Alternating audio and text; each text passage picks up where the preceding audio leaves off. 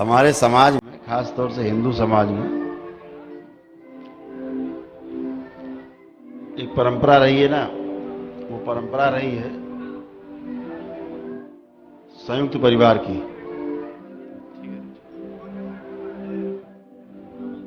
कालांतर में पाश्चात्य सभ्यता के कारण, पाश्चात्य प्रभाव के कारण और देखा देखी और नकल करने के कारण ऐसा भाव चला गया नवयुवकों में और नवयुवतियों में भी कि शादी करें तो पति के साथ अलग रहे और खूब मौज मस्ती करेंगे, खूब घूमेंगे, खूब मस्ती करेंगे,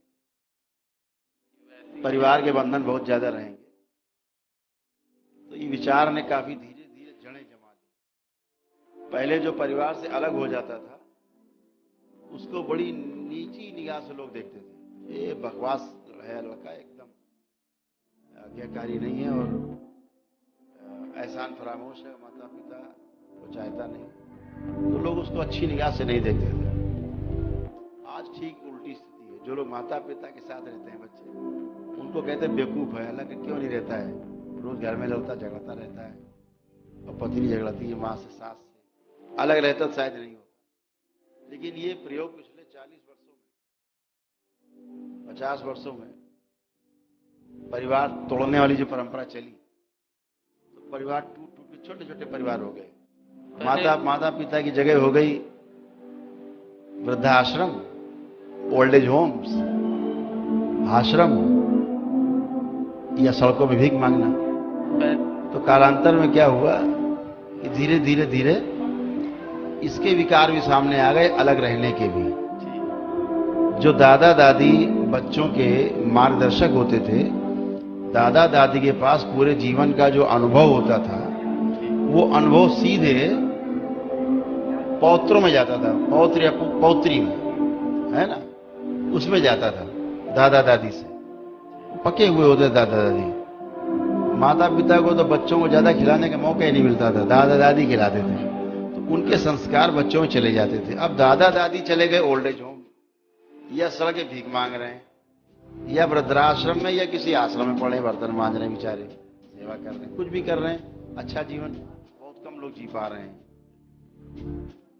तो दादा दादी की जगह ले ली टेलीविजन ने, बच्चों के साथ बात करने वाली।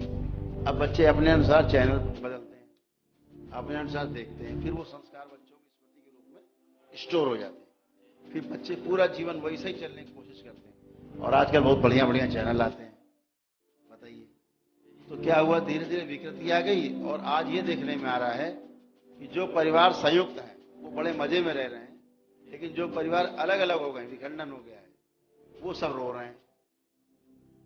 ठीक, वो भी करके देख लिया, इसके बाद भी दुख नहीं गया।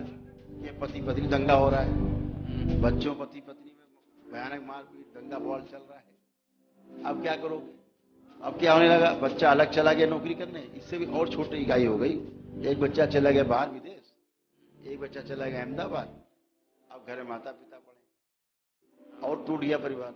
उसके बाद भी सुख नहीं, ना लड़का अकेले सुखी है वहां अमेरिका में, ना एक बच्चा सुखी है अहमदाबाद में, ना खुद सुखी है घर में। फिर गड़बड़ हो गया। तो अब क्या आता है दिमाग में, इस संयुक्त परिवार ही अच्छा है। हाँ। घर में लोग मर जाते, माँ बाप महीनों लाशें पड़ी रहती, कोई जानता नहीं है। आप वापस सब साथ में रहने का ही सोच रहे हैं ना।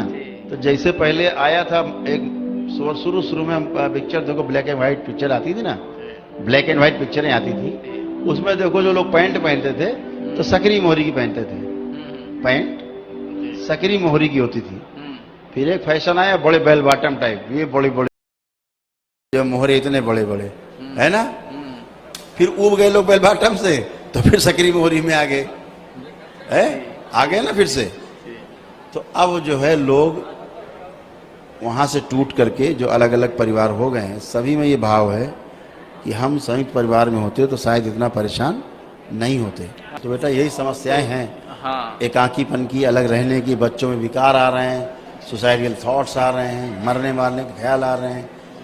अभी एक बच्चा आया, अभी वो अपनी माँ से अपनी बहन से रेप करना चाहता था। हमने बैठ के यहाँ काउंसलिंग की उससे, हम देख रहे हैं, उसको पढ़ रहे हैं कि ये अपनी बहन को रेप करके मर्डर करना चाहता है, जी अपनी माँ के साथ रेप करके मर्डर करना चाहता है। हमने पूछा, बोला पता नहीं कहाँ से विचार आते हैं, लेकिन मेरे अंदर आते हैं ऐसे विचार और मैं खूंखार हो जाता हूँ, विचार जानवर हो आते जाता हैं। हूँ। जी तो अब ये सब कहाँ से आ रहा है? ये सब आ रहा है दादा दादी जो छूट गए, है ना, जो संयुक्त परिवार टूट गया, उसका प्रभाव, उसका दबाव जो छूट गया, हट गया, तो सब उच्छृंखल हो गए, जी अपने अपने मनमर्जी करना चाह रहे हैं। अपने मनमर्जी नहीं चलती है। इस मनुष्य को संस्कार चाहिए। संस्कार का मतलब सही शिक्षा, और सही शिक्षा के अनुसार जीना चाहिए। ये नहीं मिल पा रहा है, जी इसीलिए बेटा चीज़ें आई हैं, तो सब अच्छा होता है, अच्छा